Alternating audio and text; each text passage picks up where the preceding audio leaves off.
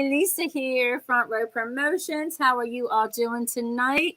Tonight in the house, we have our wonderful guest. We have my beautiful mistress, Kandi. I'm going to shift it over to Kandi. Go for it. Thank you for that. You're welcome. Kind welcome. That was definitely a welcome fit for a queen. Thank you so much. You're welcome. It is so good to be here Thursday night, of course, Front Row Promotions. We're so excited to have our guest, Fred Gorhau. We will bring you in here in just a moment, my friend. But first, we want to talk about something that we have been talking about nonstop over the last few weeks, and that is the Rock and Pod Expo. Woo! So, if you pay attention, you know that Lisa and I also have another show called Mistress Business. Woo! There it is. We just had postcards made, so these are like hot off the presses. But we are actually registered. Yeah, we are actually registered this year. We are going to be appearing at the Rock and Pod Expo in Nashville, March 17th, 18th, and 19th. Woo! We also have a very special promotion going. If you'll see here at the bottom of your screen, if you want to go to the event, the VIP tickets are pretty much sold out, but we got you covered. If you want a general or early admission ticket to the expo, we can get you 20% off your ticket.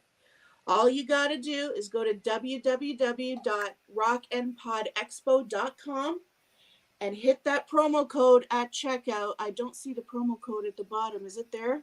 I put it there. Let me see here. Yeah, it's there. Hang on one second. It's swinging back around again. Yeah. There it is. Mistress Business, all one word. Put that promo code in at the checkout. You will get 20% off your ticket on us. Again, go to www.rockandpodexpo.com and come on out and meet the mistresses. We don't bite. How cool is that? You get 20% off. You get to meet us mistresses and Front Row Promotions, but we're going as mistresses. So come on out. We're going to have a lot of people at our table. We're not going to tell you who. You got to come out and see. Yeah, that's all to be announced. So we're very, very excited. But with that being said, it is time that we bring in our guest, the one and only Fred Gorhau. Welcome to the show, my friend. It's great to have you here. Hello, hello. Thanks for having me. You're welcome. Welcome aboard. So tell us about Fred. What's going on? Well, I just got done with the tour with the Wizards of Winter through November and December. I go out with them November and December, and we do pretty much the whole country this year. And last year after COVID, we haven't gotten all the way out to the West Coast. We usually do go out to the West Coast, but we got out as far as like Indiana and Ohio, and as far north as New Hampshire. And then we were in Florida twice, and then up and down the Eastern Seaboard. So it was a great tour, better than last year, and things are starting to open back up again. So that's really cool. That's awesome. Facebook user. Hi, Amy. Amy, there you are. Oh, yeah. I should probably say that if you're hi, Susan.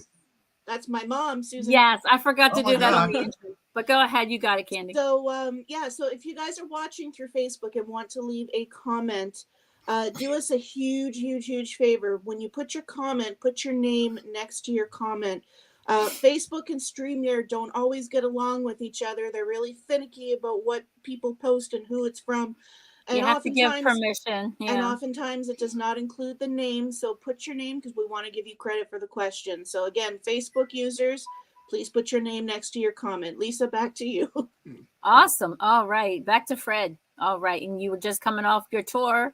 And yeah. So we just finished. Mm-hmm. We had two trips down to Florida. We just finished. Actually, we're normally done right around Christmas. Sometimes the week between Christmas and New Year we'll go out. But this year we went down to Tampa. We played in Busch Gardens in Tampa. We did 9 shows there. Oh, sweet. Yeah, it was really cool. We had a great time, and our crew loved it because they got to set up once. They didn't have to tear it down until all 9 shows were done, and then we got to run around and enjoy Tampa a little bit. Normally, it's like we'll pull into a town or a city. We play, and then, we could run to a bar for a couple of hours, but then bus call is, 1 a.m. and then we got to drive to wherever we're going next. So it was exceptionally fun, and I had a blast. And hello, love back to Long Island. Hi, Noelle. I hope you're well. It's great to see you on here. There you go. Let me see. I can post some of them. There you go. There it is. All that is right. Noelle. Hi, Noelle. Thank you for tuning in. There's Amy. Amy is a huge Aerosmith fan. I don't know who that one is, but okay. So that tour went great. I always have a blast with them. That whole band, they're my family. I've been with them for 12 years, and we've toured pretty extensively. And I'm lucky because everybody in that band is extremely talented. If you're not familiar, definitely check out the Wizards of Winter. It's a Christmas show, but it's somewhere between like a rock concert and a Broadway show.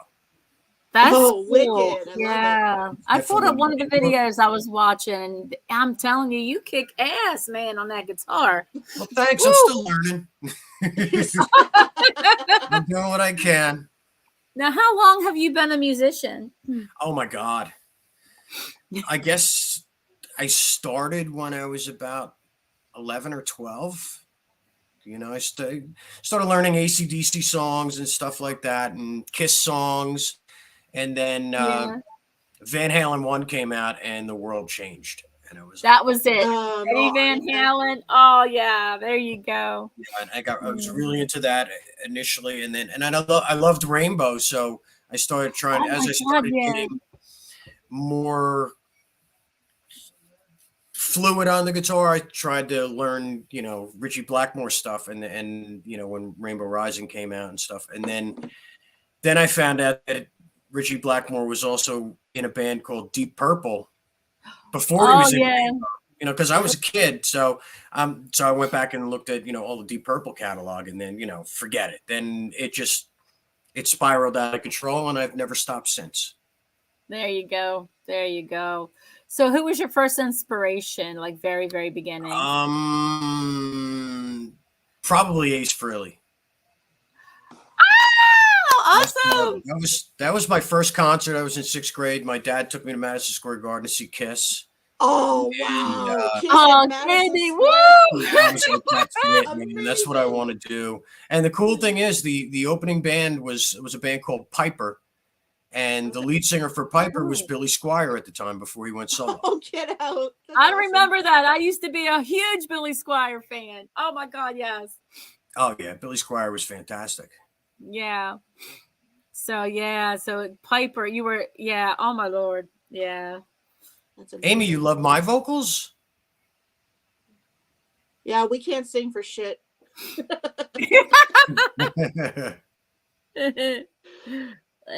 Simon Cowell would not like us, let me tell you. I'm mainly a backup singer. Like with the Wizards, I don't sing at all because we have 5 singers, so there's no need for me to sing at all. With Ted Poley, I sing backgrounds, and usually, like if we do acoustic shows, I'll sing 1 or 2 songs. Yeah, man, Ace. Yeah, I love Ace. Oh, yeah. What's your favorite part about like performing and touring? Probably the audience reaction. Oh, I mean, of course. Listen, there's times when you're on the road and it beats the hell out of you sometimes. You know what I mean? It's long nights when we stay up on the bus late, talking, and the next day you're tired sometimes, and then after sound check, then it's dinner and you got to get ready and you go on anywhere between. Sometimes we have afternoon shows and it's 4:00, but typically you're on between 7 and 8 o'clock, and then with the Wizards it's a 2.5 hour show, so that beats the hell out of you. Wow, is that full? And when you see the audience is really into it, that it makes you dig down and go, yeah, you're not that tired after all, and you'll pull it out. So it's a feeling, and then you're ready to, it's just absolutely, and then you get to meet them afterwards, and take pictures, and it's a great time. And then a lot of times, like after the show, we'll run across the street to a bar or down the street from a bar, and there'll be 15, 20 people from the audience in the bar. So then, free drinks. So that doesn't suck. And then, you get to hang out and get to know them until it's time to get on the bus and go to the next place, and then rinse, repeat, start over. There you go. There you go. I mean, that's a feeling like no other. Being up there and watching the audience really get behind you and your performance and your music and all that. Like that's an amazing absolutely. feeling. Yeah. Dancing and bopping around and getting into the music and same thing doing with, this all night. With Ted Foley, because I get there's a lot of Danger fans, actually mostly Danger fans that come to see us. I love Danger. Yes. Yeah, fantastic band, and I got a bunch of gigs coming up with him, which we'll talk about shortly as well. Bang, my favorite Danger song. What one? Bang, bang, bang, bang. Yeah, great song. Love it. Mine's Naughty. Of course, one or the other. Yeah, I love that one. I saw you guys at Hammerjack. I think it was Hammerjacks. Oh, I wasn't in the band at the time. Oh, okay. I was in another band, but listen, Danger's a fantastic band. Still, my Lord. So cool. So cool. Susan, we would absolutely love to bring the Wizards to Toronto. I haven't been to Toronto in a couple of years since I toured there. I was up there, I believe, with Fozzy when another band I was in. Get out! As in, like, and we were in Toronto. Fozzy. Actually, no, it was Monster Magnet. We were up in Toronto with Monster Magnet. Okay, gotcha. And I loved it there. And the audience in Toronto was amazing. One of the greatest. Play? Oh God, this is 5-6 years ago. I don't remember. Was it the Rock It was a big place. It was a really big place. Wasn't the Rock Pile, was it? You could say it and I wouldn't know. You wouldn't know. I just know the bus pulled in and I got out and walked in and sound check. And by the time we were done sound checking, we went in. But when we came back out, was it a bar or a theater? It was a bar, but it was a really big bar. The Rock Pile. It's either the Rock Pile or the El Macombo. I'm thinking either or. Probably the Rock Pile. But Susan, we would love to bring the Wizards up to Canada. We haven't been to Canada in a couple of years. The border got a little sketchy during COVID and after COVID. We were supposed to play Prince Edward Island, which I was really psyched for. We were going to do Thanksgiving there, and we just couldn't. The border was shut, then it was open, then it was shut, then it was open. So we didn't want to end up committing and risking selling all the tickets, and all of a sudden they shut the border and we couldn't go. So that's definitely, we would love to get back up to Canada again. Yeah, that would be awesome. Awesome. Yeah, then you can meet Kandi and her mom. Meet Susan. Yes. All right. Oh my goodness. So Fred, tell me, who was your first person you saw in concert when you were younger? First person was Kiss. Oh, that's right. Yes. Madison Square Garden. I mean, that's an experience. I forgot that. Kiss, seeing Kiss at Madison Square Garden. That's one. Yeah, Kiss at Madison Square Garden. There was like no comparing. That was like one of the top greatest nights of my life. I can imagine. What year was that again? Remind me. Yeah. 1977. Holy shit. Yeah, I was still in grammar school. I was a little kid.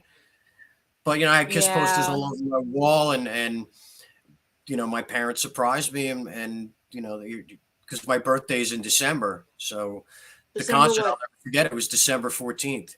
What's that? That's my mom's 14th birthday. Okay. Oh, really? December 14th. That's my birthday. Yeah. I went to see Kiss on December 14th. It was fantastic. You said your birthday. It was memorable. I'll never forget it. You said your birthday is in December as well. What day? Yeah, December 20th. Oh, okay. Oh, you got Peter Chris's birthday. Nice. Yes, I do.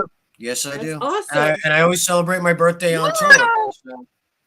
That's awesome. That's so cool. Usually somebody helps me into the bunk on the bus after that night. So you said that you started out, you became a musician at a very young age. Now, is there a musical background in your family? Do you have other family members who were into it? Not really, no. Okay. My parents were very supportive of it, but there was, I didn't have anybody. There was always music in my house. Like, they loved music, hanging out in the backyard. AM radio was always playing, and I can remember Paul McCartney and Wings played in the backyard while I was in the pool and all of that stuff. So I had a lot of music going on in my life, but I didn't have any musicians in my family. Okay. That's so cool. Awesome. That's so cool. Yes. Lisa? Now, do you play any other instruments besides guitar? Badly, yes.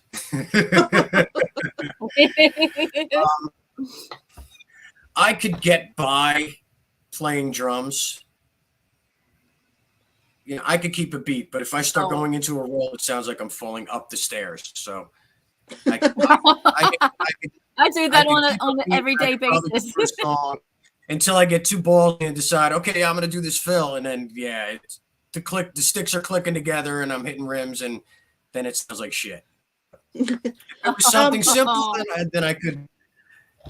I used to love to jump on my drummer's drums to play after rehearsals when I was younger and stuff. So I got a couple of cool. I did learn the intro on drums to the song "Walking Away" by Kix, which is really cool because it's got this off-time cowbell kind of thing going, and so my drummer used to get pissed off at me going, how do you do that? How do you do that? I would never let him see me do it.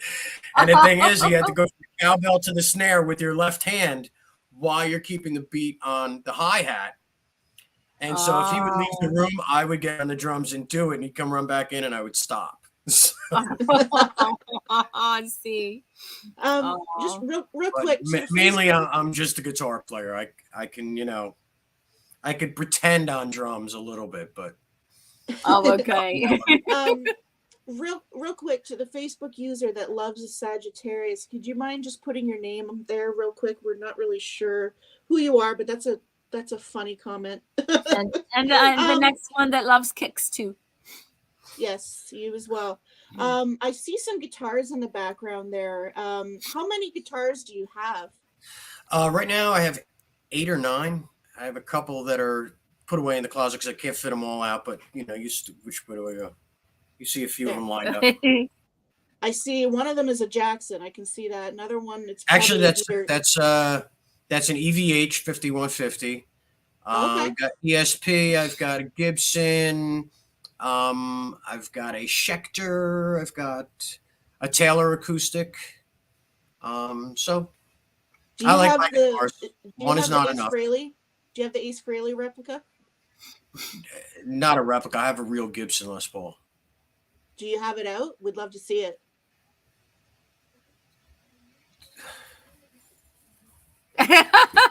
Oh boy.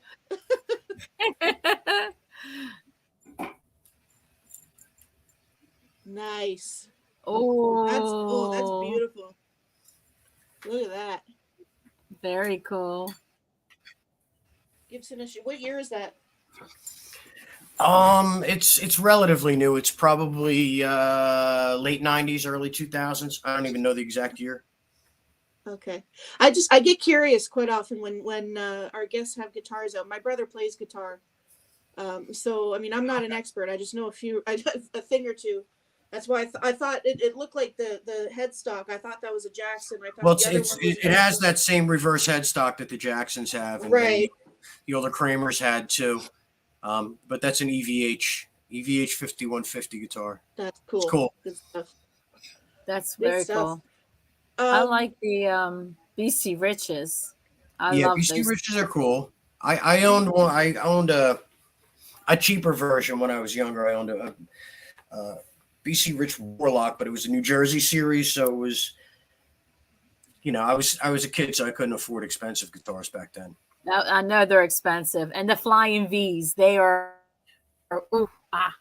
Yes. They're nice. I have one on tour with the Wizards. That was a Diamond DBZ, which is awesome. Which I borrowed from Steve Brown, and I love that. Sweet. Very cool. That's awesome.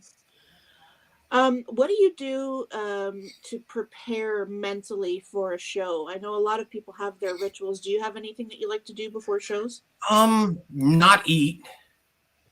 I can't eat for about 3 hours before I go on stage because otherwise I just feel bloated and I'm like, you don't want to run around, you don't want to. So I don't eat. Pillow. Yeah, I don't eat. I try to rest, during the day before the gig if possible. Um, a lot of times what happens is, we'll pull into a venue, 9 or 10 o'clock, and our crew unloads everything and they set up. They usually take 4 or 5 hours to set up. So I'm lucky. I get to, run out to breakfast or lunch, depending on what time we wake up, walk around the town or city a little bit and sightsee, and then, sound check at 4. So try to be back at the venue by, 3:30 ish. Make sure sounds and everything are working. My guitars are all in tune. And then sound check doesn't really take that long for us, at least, because our sound man usually has everything dialed in, and we use in-ears with the Wizards. So I have everything saved. I have my own mix that I put on my iPad, and I, maybe sometimes I have to turn the snare up a little bit so that I can hear everything that I'm doing. And I can hear count-ins on the hi-hat and stuff, but usually it's like 5 minutes that I get myself dialed in. We'll do 2 or 3 songs, and occasionally we have like an issue at a venue with wirelesses, because with the Wizards there's 11 people on stage and everybody's got wireless instruments, and wow, and so some people have wireless microphones along with the instruments, and I got wireless on my guitar, and then I've got the wireless in-ears. So there's 25 signals going back and forth on the stage. So wow, just hope that signal don't get lost. no, well, we have pros that deal with that stuff. All I do is That's good. That's good. They make it work, and I go, it's not working, and then all of a sudden he goes, okay, I'm going to fix it, and then it works. So that's good. That's good. It's good. Technology nowadays, but anyway, but I'm glad it works. And then with Ted, it's very similar. We don't take a long time to sound check. I don't use in-ears with Ted. I bring actual amplifiers, which I prefer, because there's air on stage, and I like the speaker vibrating and moving air. But it's difficult with the Wizards because we have flute and violin and 5 vocals. There's 11 people on stage, so having an in-ear monitor mix is really necessary. It definitely comes in handy. But if I had my choice, it would be amplifiers on stage and all the air moving and turning it up so you get the feedback and do the metal thing. Absolutely. Oh, yeah. Yes. For sure. There's a lot involved in it. A lot of people don't really realize that it takes a lot to give you this wonderful music. Oh yeah, no doubt. And they need to appreciate that. Yes. Yeah, listen, I don't get nervous anymore. It's just, I get excited. I get anxious to get up there and do it because I love it so much. I mean, listen, I'm blessed that people want to come see me play. I make no mistake about that. I've worked hard for it, but yes. I'm very lucky that I get to go up and do what I do. Oh, that's amazing. And Awesome. I was thinking maybe we can play a video at this point. I was just going to say, we're almost about halfway through, and I think it's time. I see you've got YouTube set up there to play some videos. I do. Let's make it happen. Do you have a preference of what song you may want me to play, or want me to pick one? You could pick one. Okay. Lisa, play the one that you played for me before. Yes. Before that was oh my gosh, I got the goosebumps all over. It made me feel so good. It's so cool. I got to turn this around. Okay. And that one right there. That one right there. Oh, okay. I know what that is. Yeah. Okay, let me fix something right quick so it can be off the screen. Okay, wait a minute. Usually takes her a minute, but yeah, we were just kind of over here shooting the shit before you signed in, Fred, and she turned the laptop towards the TV. She played that for me, and I'm like, holy shit, is that even real? Am I really? That's a song that I wrote with the keyboard player from the Wizards of Winter. It's called awesome. Seasons. Well, I'll let you play it. Seasons. Okay. Let me know if it sounds good.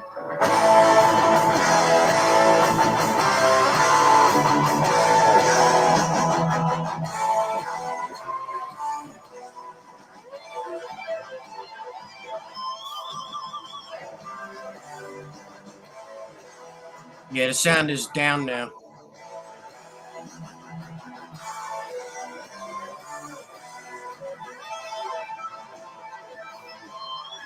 Lisa, is there any way you can turn the volume up on the TV a little bit? Turn it up. Yeah, just a tad. Is that good? Can you hear it okay, Fred? No, but I'm just watching the finger work. Like, that's insane.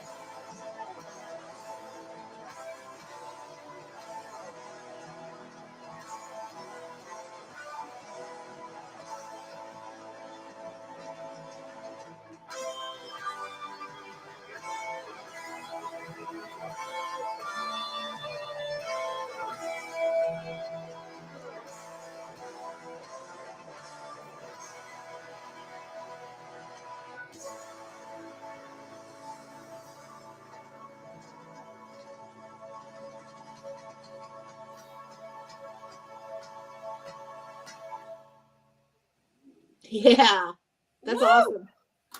Oh my god. Very good. Very good. When did you do that video? When did you? That was about 5 years ago, I believe, 2016, if I'm not mistaken, when we did the second album. We needed another song, and a lot of stuff that we do is instrumental, and it's because it's a Christmas show. It's usually we try and make it Christmas based, and so I sat down with keyboardist Scott Kelly. Mm-hmm. And we put together. There's actually 2 songs that are included in with that. There's one is called the Coventry Carol, and that was written. Anybody is religious. I'm not super religious, but I know the background on it.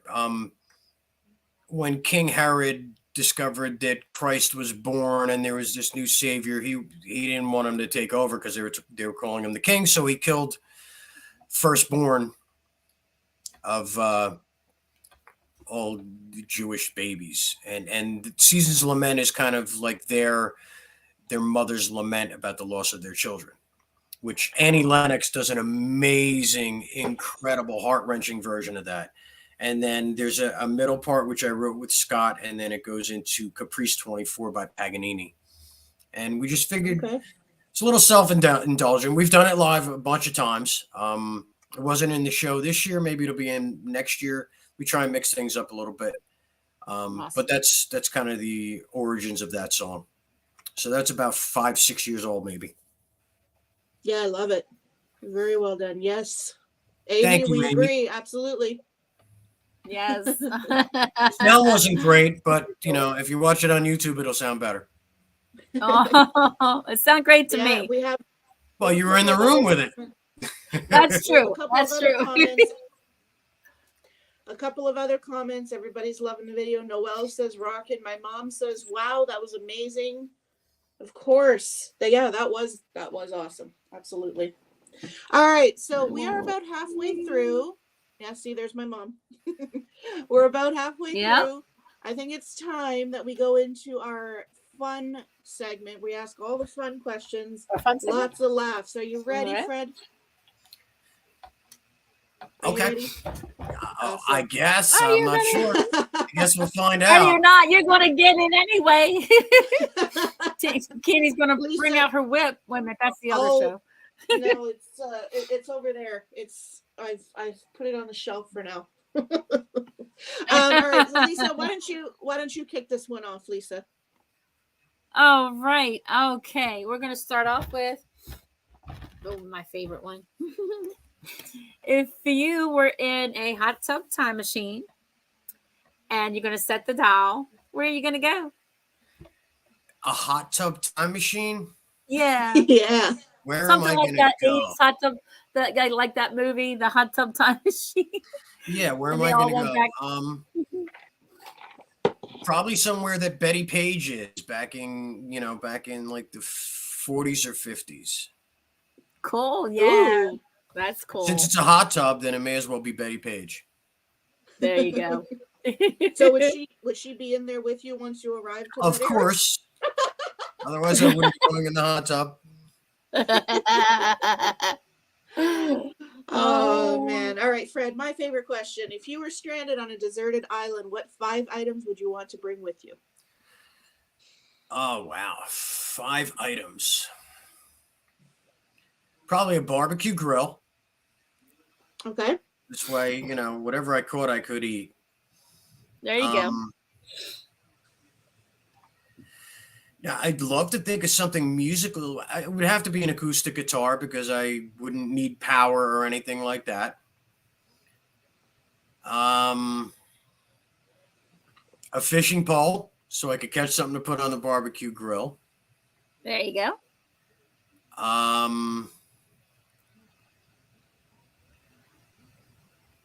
Betty. Something to light the fire with. So I'm going to say like flint or something like that. Yeah. And then, well, number 5, it's there's so many things that I would want. How do I pick the 5th one? Some kind of warm, waterproof clothing, because when it's going to rain on the desert island, I'm going to need something to freaking cover my ass up with. So there it'll you be go. warm most of the time, but you get those freaking cold spells where you get a big kick-ass storm coming in. So yeah, those would be the 5. That's awesome. All right, cool. Fred. Next question. Coke or Pepsi? Pepsi. Yes. Damn it. At least one for me. You have already 5 for you. So I mean, I'll drink them. I'll drink them both. But if I had my choice, I'd say Pepsi. Like if I go somewhere and I ask for a Coke, and they go, "We only have Pepsi," and I'm like, "Okay, that's better." Good choice. Good She's, choice. She's a Pepsi drinker. I love Coke, so there you okay. go. Which it's just a long It's just joke what that it we is. have. Yes. That's awesome. Lisa, over to you. Okay, It's I your have turn. this cool question. What is on your bucket list to do? What is on my bucket list to do?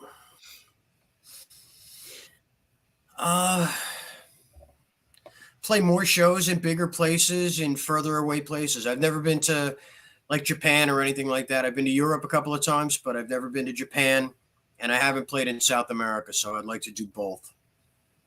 Okay. Oh, well, That's Those are awesome. definitely Very bucket cool. list. Very cool. Very cool. Self-sufficient gear. Who said that? Facebook user. Yeah, self-sufficient gear. I was like, you know what? CD player is not going to help me at all, and neither is an iPod because eventually the power is going to run out. So acoustic guitar would be good, and then stuff for me to get by on. So I usually ask that question. Well, I shouldn't say usually. I always ask that question with our That's guests. her favorite one. And a lot of them are like, well, I've seen Naked and Afraid. I think maybe I want to bring shoes, or they always think of something practical just because they've seen Naked and Afraid. Yeah, you gotta kind of have something. I have another question. Okay, so if you had $100,000, how do you know I don't? You probably probably do. All right, times that by 10. And you might have that too. I don't know.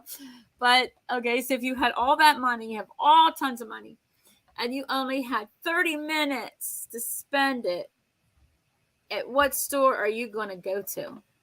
Wow. Well, does it disappear after the 30 minutes? You only have you only have 30 minutes to spend all of that. Oh my God. 30 minutes to spend $100,000. I would probably buy any $100,000 car. And then, since the car market is so insane, I would sell it for $110,000 the next day, and then take my time going through the $110K. I'd figure out a way to get in the system, because if you're going to take the $100K away, then I'm gonna get something that I could turn around and sell it pretty quickly and double it. There you go. Maybe not double it, but you know, there's I know the price of cars is through the roof these days. So you know what? It's sure I'd buy $100,000 car and then sell it for 110 or 90 the next day, and then I'd have that money to take my sweet ass time deciding what I want to do with it. The snap decisions, you know, are usually not good ones. Oh no. So anything that I buy with $100,000 and a snap decision I'll probably regret it. Oh no. Oh boy. All right, Fred. So when you go on tour, when you do all these shows, you must have seen your fair share of craziness, maybe a weird fan or something insane that you witnessed during a show, after a show. Is there anything that you can share with us? Oh yeah, God, there's tons of it. I mean, I remember we were at a bar in, I don't even remember where the hell it was, but there was literally a guy that was doing cartwheels in the bar. And then his friend went to the door and opened up the door so he could cartwheel through the bar and then out the door. And I was like, look at everybody like, did we actually just see that? And God is my witness. I watched a guy cartwheel out of the bar. I don't know whether he needed more to drink or less to drink, but he cartwheeled perfectly out the door. That's hilarious. Oh, shit. Oh my God. That's my mom.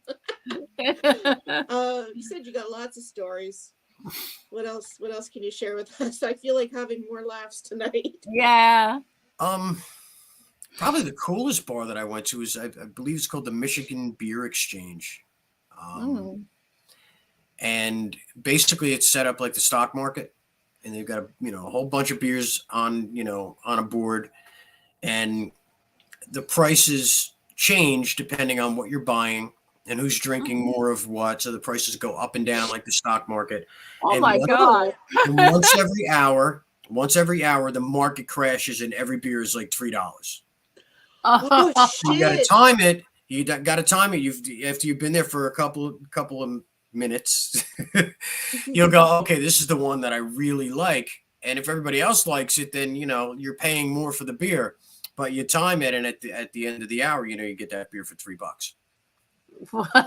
That's interesting. I've never heard of that. I've been there a few times. I don't ever remember leaving there, but I had a great time. Oh no. That's a pretty cool place to be. That's interesting. I've never heard of that before. Yeah. Yeah, it's a neat concept. It was definitely cool. Yeah, for sure. So neat. Lisa, over to you. All right. So if someone was asked to ask you your advice about if they just got into the music world, and what kind of advice would you give them? Don't get discouraged, because it takes a while.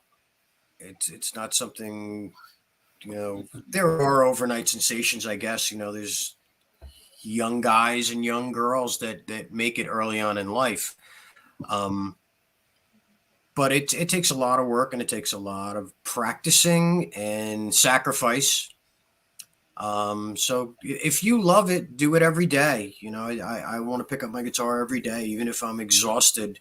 I'm going to pick it up you tell yourself you're going to only pick it up for 5 minutes, because anytime you pick up a guitar, 5 minutes turns into 2 hours. It just doesn't. Yeah, of course. Yeah.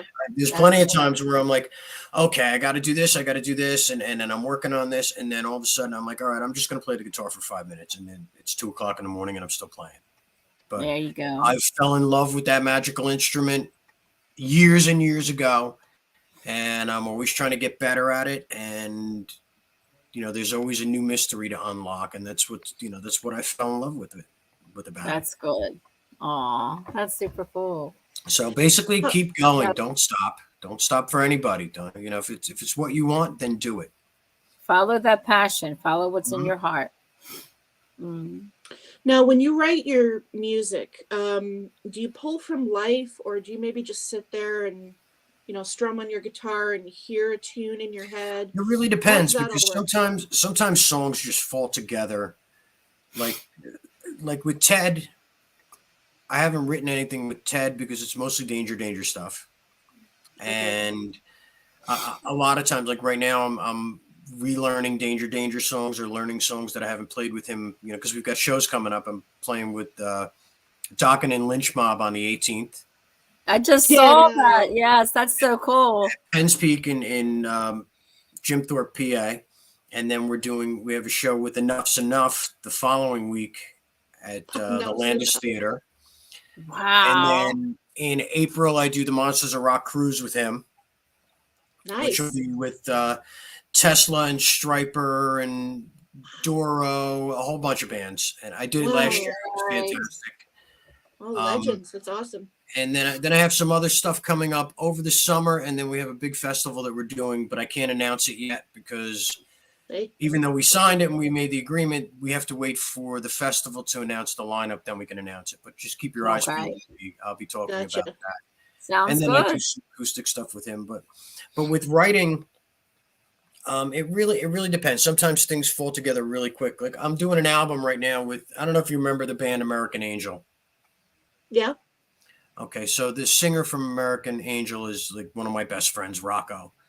And so we'd always said that we should work together. And we always said it, but we didn't, you know what I mean? And then all of a sudden, like we started writing songs, and I had a little portable, little studio in my house. And so I would send him guitar parts, and he would send me vocal parts back, and he would add like bass to it or keyboards or guitar because he plays as well. And so now we have about 15 songs written. 5 of them are recorded. So we're going to do a record, and nice. And we'll write a second record. So I'm doing that. I'm always active. I'm always trying to do it because, like I said, once you get bit by that bug, it just doesn't go away. You just keep going. Oh yeah, for sure. But some songs fall together really fast. Like I had this idea. I have a Fender Telecaster, and I had it in open G tuning, and there was a problem with the frets because the guitar is starting to get old and it needs some work. So the frets were kind of scratchy on my fingers, so I was filing them down a little bit. And then I was like, okay, that feels better. And just because I was in that open tuning, I came up with this really cool riff as an intro. And then I came up with a verse and a chorus, and I recorded it really quick on my Mac. And I sent it over to him. I'm like, dude, this song is for you, totally.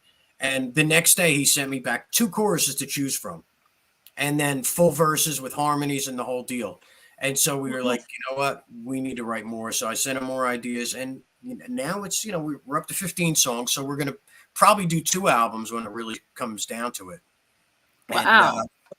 And then, with Scott Kelly from the Wizards, he'll come up with a keyboard part. He'll have a lot of times he's got a full song. Like the guy's just amazing, the stuff that he comes up with. and Sure, yeah. we'll sit down with it, and I'll get the pulse of the song. I'll put some guitar parts to it, and I'll have maybe an idea on like, okay, this is what we should do. This is where the accents should go, and then the flute comes in, and whether or not it has vocals, sometimes it does, sometimes it doesn't. But I've had songs that have fallen together with him in an hour. But then there are other songs, like there's a song called Ebenezer that literally we spent 6 weeks working on it. Like every weekend we sat down like, what the fuck are we gonna do with this song? But it's a brilliant song and it's great. It's epic freaking. It's about Ebenezer Scrooge, but it's metal. It's a metal Christmas song, and it's gotta brilliant. hear that. Yes, but it took like 6 weeks to get the damn thing done. And then finally we're like, that's how this song should go. Because you kind of feel like you know where the song wants to go. You have to, songs are strange. Songs are like children. Like you start it with nothing, and then all of a sudden you nurture it and grow it into something, and something that you can be proud of afterwards. Yes. Absolutely.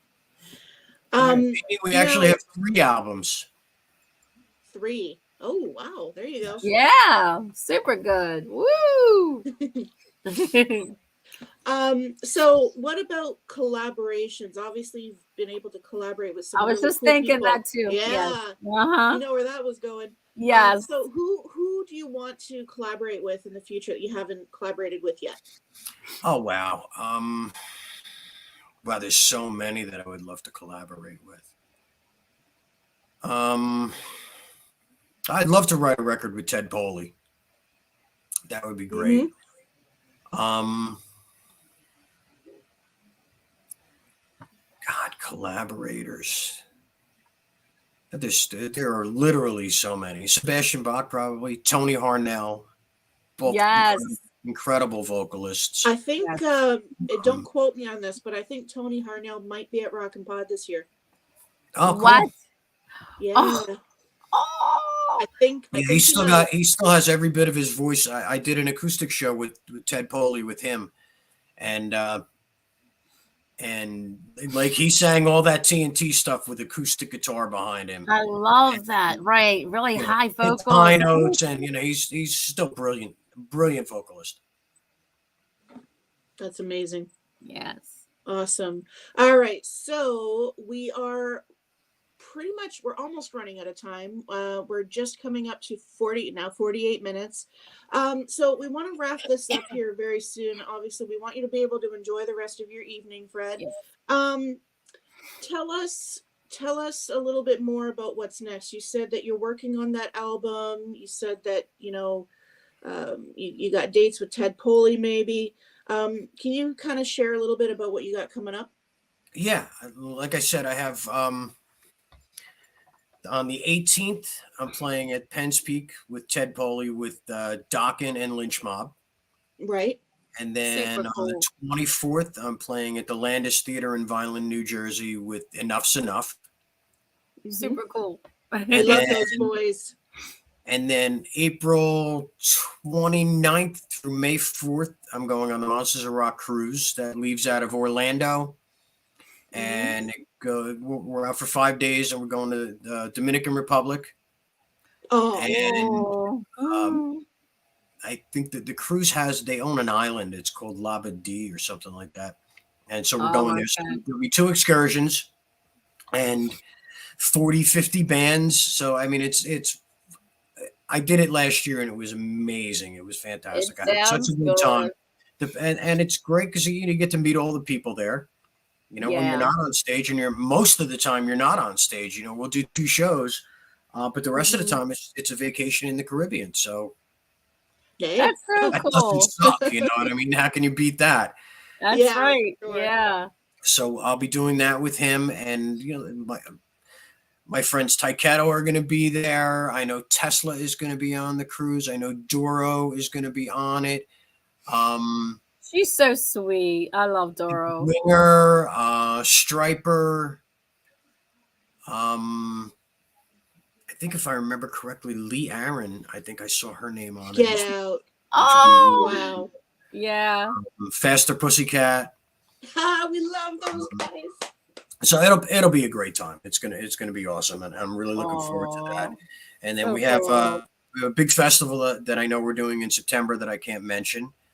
And then after that, it preparations start in November for the Wizards tour of next year, 23. Yes. And we've already gotten quite a few offers. After this tour, we've got quite a few offers. So there's, we're hoping to get back to, we usually do close to 30 shows on that tour. And we're hoping to get back up to that number because this year it was about 20, 24, 25 shows I think we did this year. Usually we get a little bit further than that. Like the year before, I think it was only 17 or 18. It was right after COVID. So things had dialed down, but they're picking up now. And, the offers are coming in and they're coming in strong. So we're real happy about that. That's super cool. Yeah. Make sure you come up to Toronto. We want to come. Yes. I would love to get back up to Toronto. I love it up there. How cold is it there now? It's super windy, so it's probably about 15 degrees colder than it should be. No, we do Celsius, not Fahrenheit, so I don't know the conversion rate. Oh, okay. But in my neck of the woods right now, it's minus 16 degrees Celsius with the wind chill. Ridiculous. They had snow not too long ago. Wasn't you had snow out your window?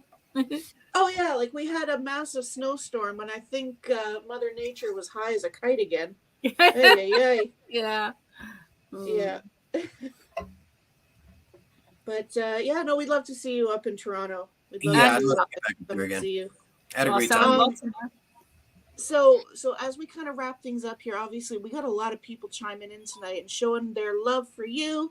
Absolutely. So why don't you plug all your socials, your website, all that? Where can you be found, Fred? Yes. Okay, well, I can, if you just look me up on Facebook, it's Facebook Fred Gorhau, FredGor, just like it's spelled there. Fred Gorhau Guitar on Instagram. And then I just started doing TikTok. I don't really do it a whole lot, but I need to get more content. I'm just getting set up in my new home. For the past few months, I had a fire last year, believe it or not. Oh no! Yeah, my house burned.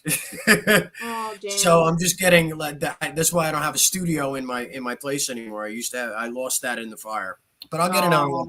So I've finally gotten to the point where I can start making guitar content again. So I've been lacking on posting, guitar videos and stuff like that. Like if I have live shows, then I do them. People will capture it, like fan video. I'll share it, but I haven't really made any new content lately. So but that'll start happening again. That's why I decided to go into TikTok because it's a good outlet. As a musician, you got to be conscious of what's going on and what's hot and what's not. Absolutely. No, that's awesome. So guys, definitely check out Fred. Go to his socials. Show him a lot of love. And Fred, we wanted to, lots of hearts, lots of love. Lots of hearts and lots of love back to you, ladies. Thank you so much for being here. Thank you. Thank you for taking time out of your evening to hang out with us and have some fun. Oh, it was a pleasure. It was a pleasure, and thank you for having me. Absolutely. You're welcome, and you're more than welcome Thanks to come everybody back. that logged on to say hello. Yes, and you can play your music next time. I'm sorry I didn't give you enough notice. So next time we want to hear you play live. All right, sounds like a plan. All right, now Lisa's going to put a bow on it. Fred, if you don't mind just staying online with us for a moment, we would really appreciate that. All right, Lisa, over to you. Thank you so much, everybody, for tuning in. That is right. Absolutely. Thank you all for coming to Front Row Promotions. Thank you, Fred, for coming. And you're always welcome. You're welcome to come back. Absolutely. And we just want to say thank you for all the people who tuned in and left their comment and asked their questions. Without you, music in this world, we need all the fans and everybody to make this happen. And support that live music, support music in the making, and support music everywhere you go. Lisa here, and Kandi, and Fred, Front Row Promotions. Bye now. Okay, bye, Lisa and Kandi. Take care. Bye-bye. You too.